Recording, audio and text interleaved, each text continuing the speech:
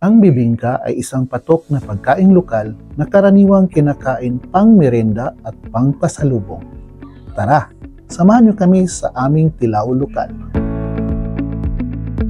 Hi mga kastorya, Carlit Stories po at welcome to Tilaw Lokal.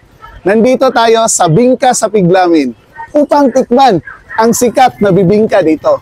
Sa kasalukuyan, piniprepare pa nila. So, hintayin natin na maluto ito. Samahan niyo kami. Ang karaniwang sangkap ng bibingka ay gata ng niyog, bigas, asukal at kaunting asin. Simpleng timpla pero busog sa lasa at alaala. Habang hinahanda nila to, ramdam ko ang amoy ng niyog at init ng nilulutuan. Ganito ang lutong may puso. Ganito ang sarap ng lokal. Yes mga kastorya, luto na po ang bingka sa Piglamin. So, try na natin. Saan ba aabot ang 5 pesos mo? Dito sa Bingka sa Piglamin. Tingnan mo, may biyak pa sa tunga. Ito ay tinatawag na bingka pinaliki. So, kilawan na nato.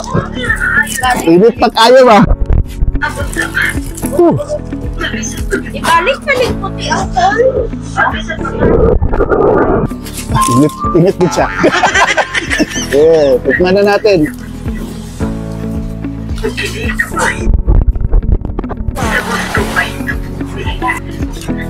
Lamig lagi.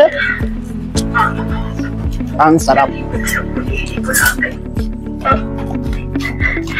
Lamig na, barato pa.